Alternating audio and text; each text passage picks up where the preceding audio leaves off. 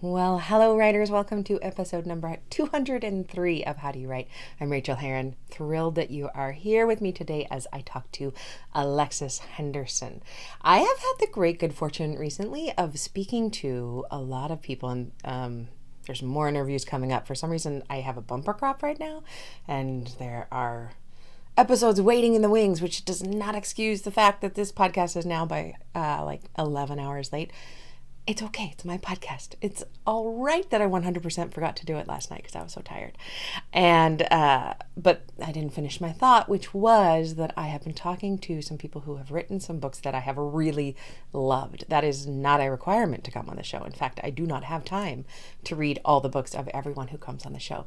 However, Alexis Henderson blew me away with her book, and it was really wonderful to talk to her about something so creepy and dark and beautifully lyrically written as her book, The Year of the Witching. So I know that you will enjoy that. That is coming up. What is going on around here? What is not going on around here? In the bad news, our sweet dog Clementine, who is older, she appears to be very sick. We are waiting for some biopsy results. However, they don't look good. And we are battling a lot of sadness because this will be the second of 3 dogs that we will have lost in MFing 2020. Speaking of MFing 2020, Trump has coronavirus, so there are silver linings. Oh my gosh. I know I lose followers and listeners every time I say things like that, and I don't care. I have this texting service through Patreon where if you support me at the $3 and up level, I send you encouraging texts to do your work, to be creative, to live life fully, and this last week to vote. Just reminding you to vote and to encourage other people to vote.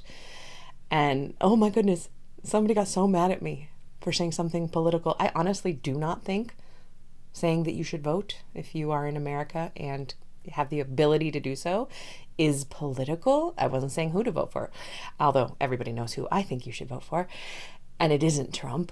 So yes, we let those patrons go. We let those listeners go. I really, truly believe that as writers, I'm being really serious all of a sudden, as writers, we must be political. That is our job. We have a skill set that most people do not have. We get to use our language, our words to help convince people of what we believe is the right thing to do. Waylon wails and agrees with me. Okay, now I'm wearing the baby sling that I bought for the cat, which you cannot see on camera, but he's on my lap. You might hear him purring. I think the purring is probably preferable to that wailing that he does. So so that's all I need to say about that. You already know that you have a skill given to you that you can use. I was phone banking last week for the first time ever. Wrote a Patreon essay about it and about calling blindly people to talk to them about how they're feeling about this year was one of the scariest and most difficult and rewarding things that I have maybe ever done. So I have signed up to do it again. We were not cold calling lists of Democrats. We were cold calling lists of everyone. So it was really fabulous to talk to people. And I get to do that because I understand how language works. I'm much better on the page. Talking extemporaneously is not one of my skills, although I practice it a lot on this podcast.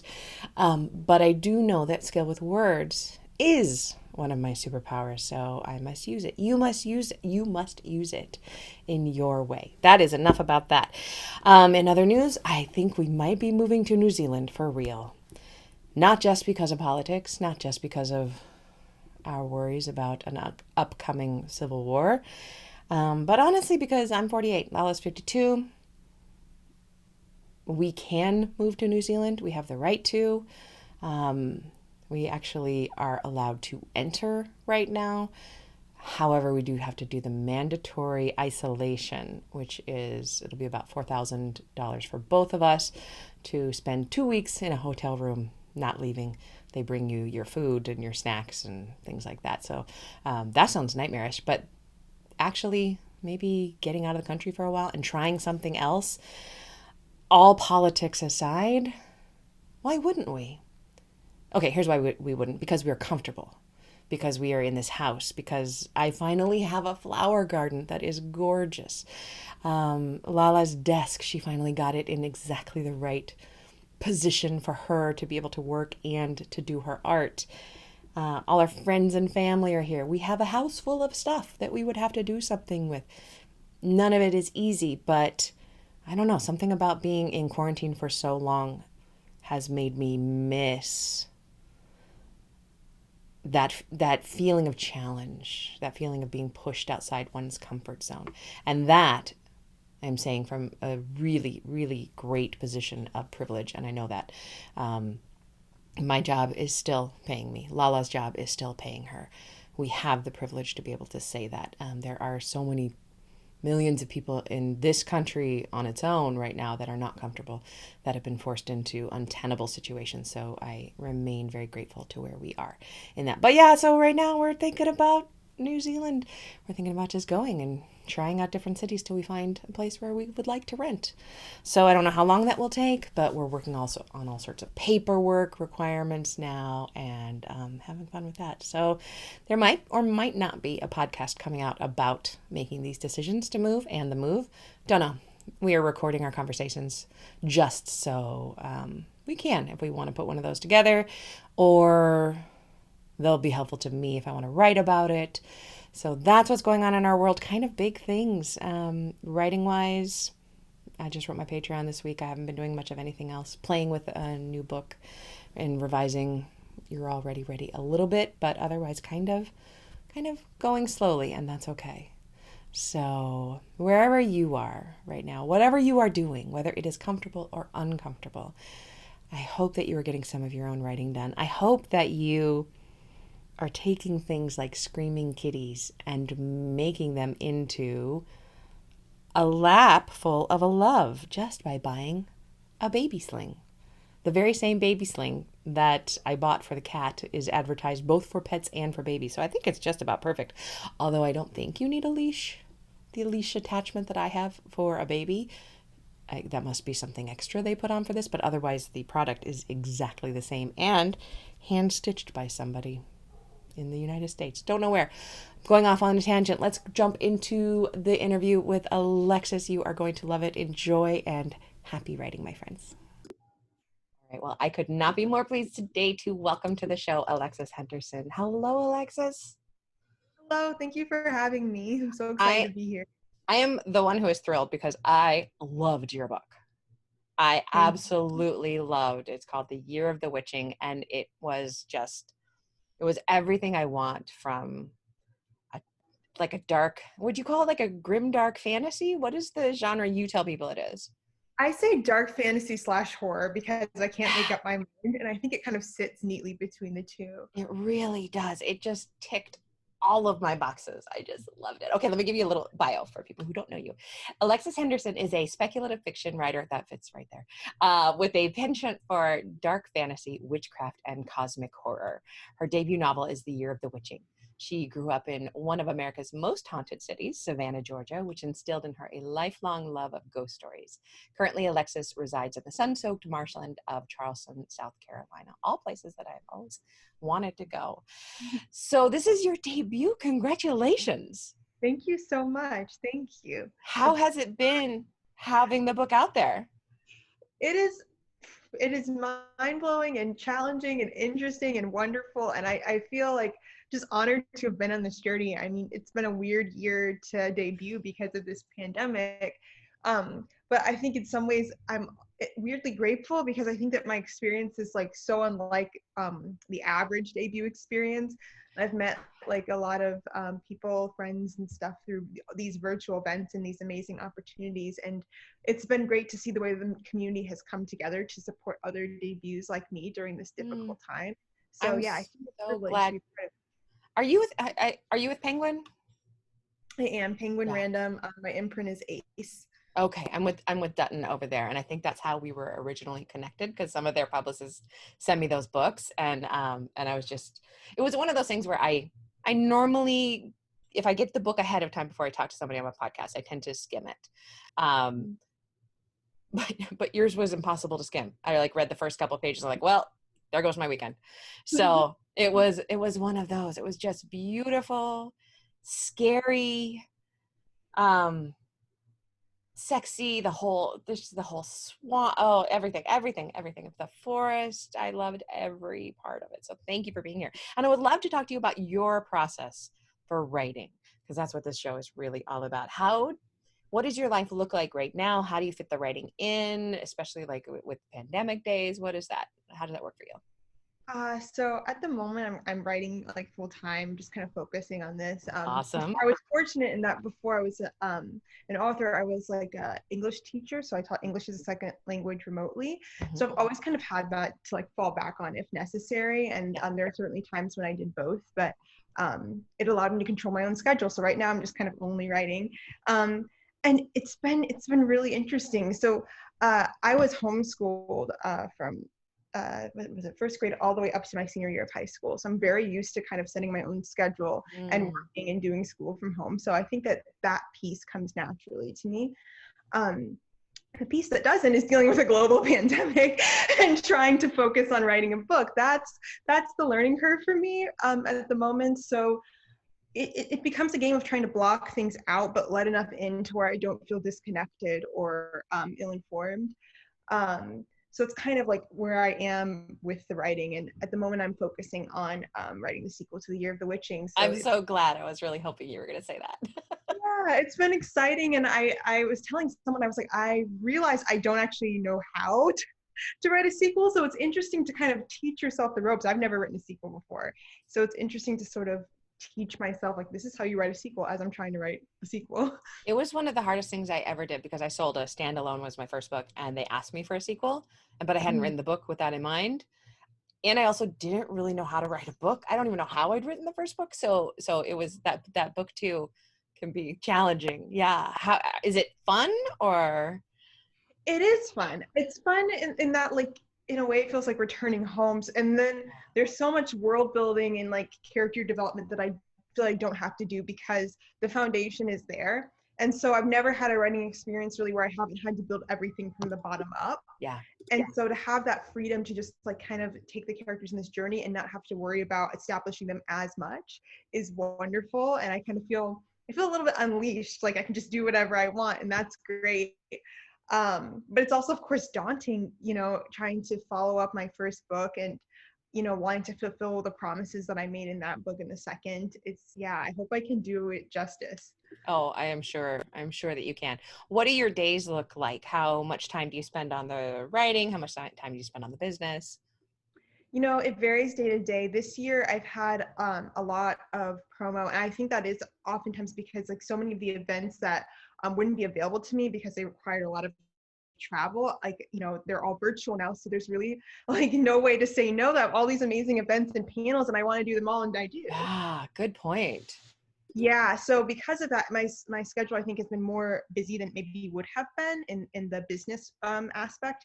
So I normally I wake up, I am thinking about the writing first and foremost and what I want to accomplish that day. But normally my approach is to try to get all of my emails out and kind of like before I took my social media hiatus, I would try to like, check out my notifications and DMs and all of that. And then I would get to the writing once I felt like that was kind of in its designated box.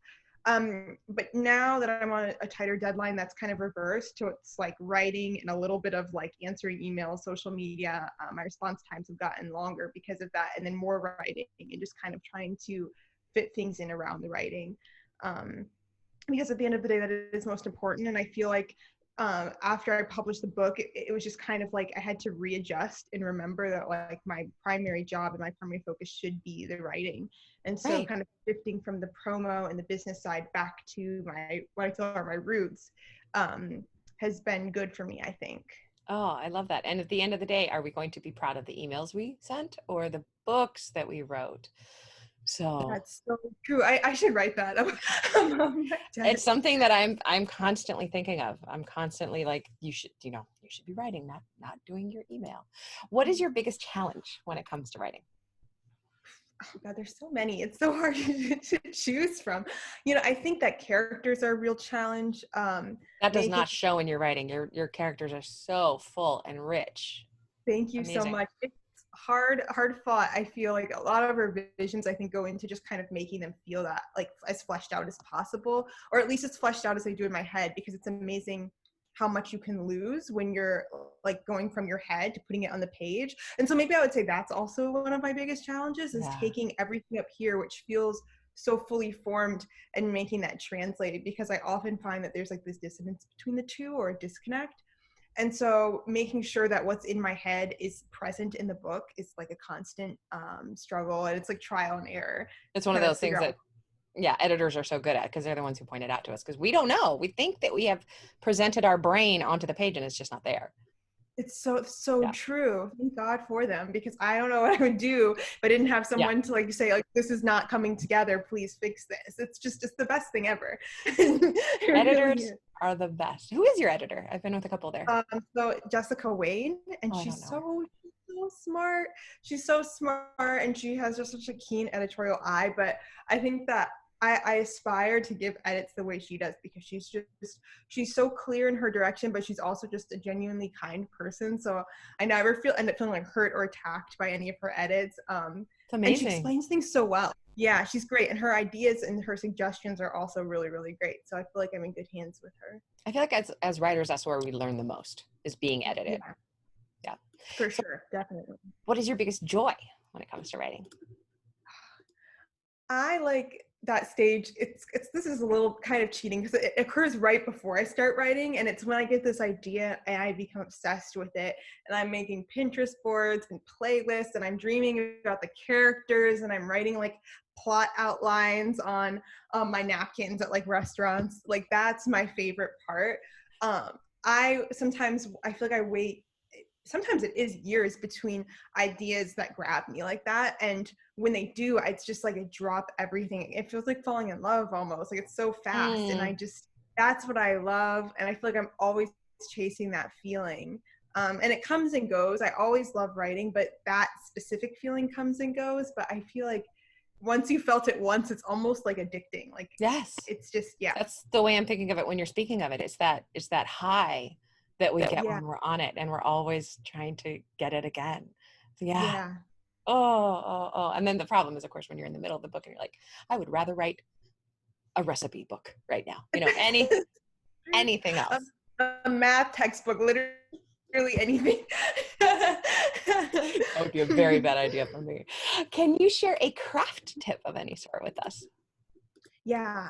The one that made the most difference for me was finish what you start. I don't remember where I first heard Yes. it, then yeah, told and retold to me. And I think it's so important to break yourself of that habit that a lot of new writers fall into, which is where you start a project, it gets hard, like you just mentioned, and then you abandon it for the shiny new thing.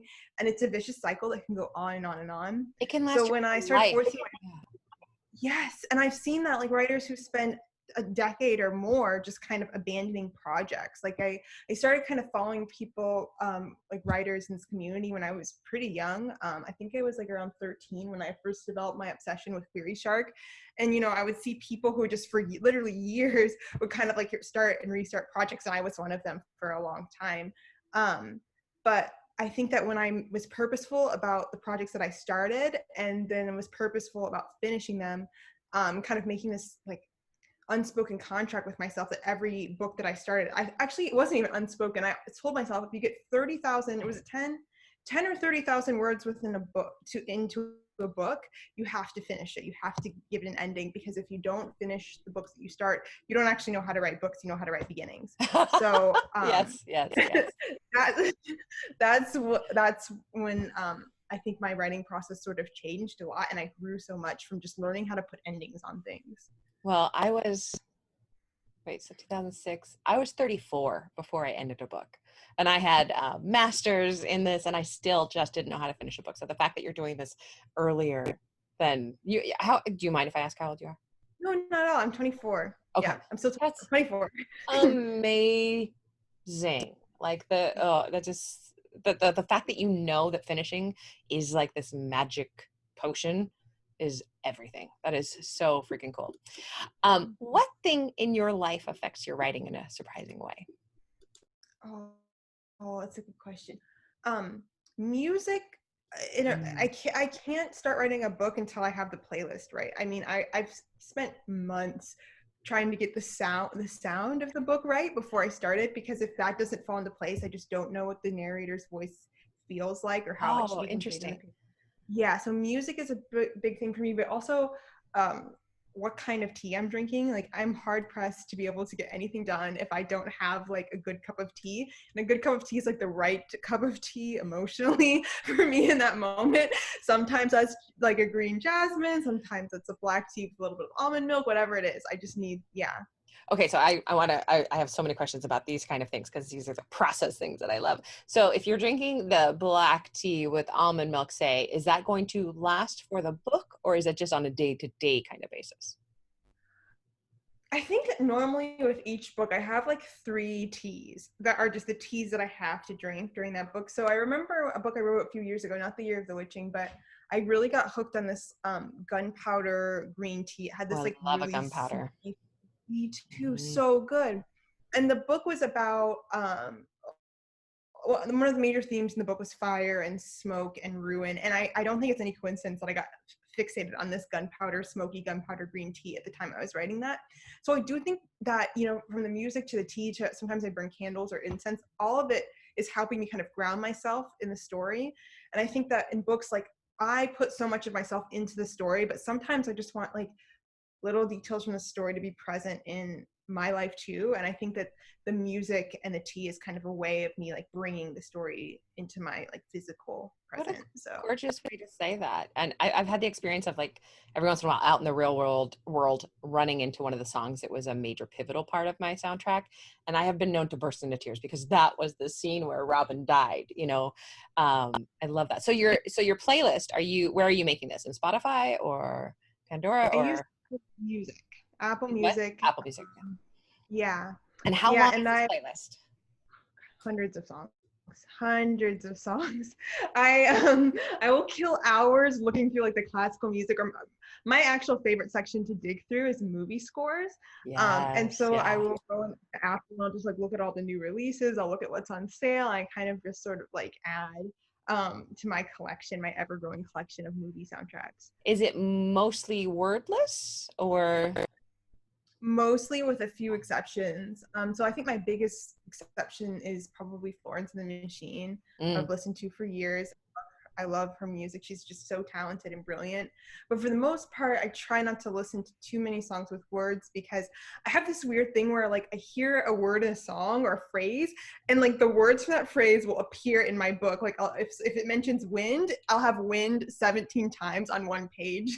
And so I'm so susceptible to like this like osmosis The of like suggestion, yeah. bringing the songs. Yeah. So yeah, I try to avoid listening to like Beyonce too much when I'm like writing, because all of Lemonade will appear like rearranged in my book. So Which, would not be a bad thing at all. So no. just maybe not in this particular book, right? What is the best book that you've read recently, and why did you love it? I have here The Scapegracers by Oh, what a Hannah Abigail Clark. gorgeous cover. Yeah, it's a contemporary YA fantasy. Look at the It's shine on it is shiny. so beautiful. Oh, I can't stop looking at it, and it has the rest of it kind of has this like nice, it's like almost matte feeling. It's a really really great book. It's a I would say like a dark contemporary YA fantasy. It's very witchy, and I would pitch it as The Craft with the voice of Gideon the Ninth. It's quite good. It just came out, I think, ooh, 2 or 3 days ago. And Hannah is great, and they wrote an amazing book. So that sounds yeah, amazing. I want to putting that on my TBR pile yeah, for now. sure. Oh, that's so you love the witchy stuff, as do I. I've got like 4 tarot decks right here. How much does that inform the craft of your writing? You know, I think I'm just so inspired, I think, by like the imagery of all these witchy things and like the vibes and the feeling. So structurally, I think I always knew that I wanted to experiment with something that was kind of opposed to systems of power that are kind of in control in our world. And I felt like in which the occult things are just kind of like a natural rival to that. Yes. And it's very much kind of like, I think, representative of like the underdog, but people who traditionally don't have a lot of power claiming it for themselves by like new means through the occult. So yeah, I think that's something that will probably stick with me in the stories that I write for, I hope, years to come, because I think there's so many different ways to approach that. And I was excited to do it in the Year of the Witching, but I'm also kind of up for the challenge of exploring that more, and seeing how else I can like manifest those themes in different stories in different worlds. I would like to subscribe to your newsletter immediately so I can stay abreast of all of these things that you are going to come out with. That is amazing. I've just lost my notes here. Oh, well, easily. What would you, you know what? Tell us where we can find you online, but I would also, could you give us like a little bit of an elevator pitch to get people into the Year of the Witching?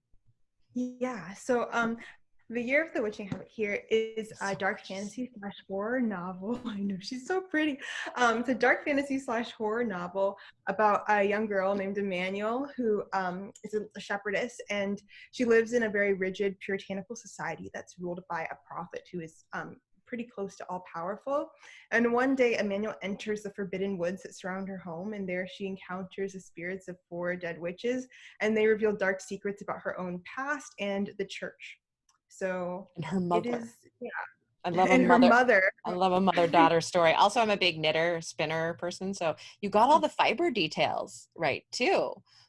Thank you. I Good did research. job. I only crochet and I'm not great at it, but I did research. I would love to be able to do more. I'm very critical, especially when it comes to like the wool, and you got it. You nailed it. So Thank you. Thank you. Oh my gosh. It's like, I think one of my favorite compliments I've received, because no one has picked up on the research I did. I'm like, yes, that 4 hours spent researching textiles was well spent. Thank you. oh my gosh, that's amazing. Okay, so where can we find you online? Where do you prefer to be found? I'm on Twitter at Alex H. Writes, and Instagram is Lexis H. And then I have a website, alexishenderson.com, and you can subscribe to the newsletter that I haven't written yet, but you can subscribe to it there. I will release a newsletter eventually. Good, just as long as you have a place to capture these people. Yeah. Can I ask, just not on the list of questions, but your incredible cover, did they do a photo shoot for you, or is that like an amazing stock photo they found somewhere? This is a photo shoot. Yeah. So, and Oh, but I think her name is Eve, is actually really close to Emmanuel's age, and I think that she's just such a beautiful embodiment of that character. So this is a photo shoot, and then Katie Anderson did some like the amazing manipulation. edits and work, Yeah, yeah, to make it look like this. So it's so perfect. talented. I think so too. I love this cover. So I'm so glad we got a chance to talk, Alexis. I am so looking forward to following your future progress up into the skies, because I just loved your book. I can't make that more clear. So thank thank you for being on the you so show. thank you for taking the time to talk to me. I really appreciate it. I had a great time.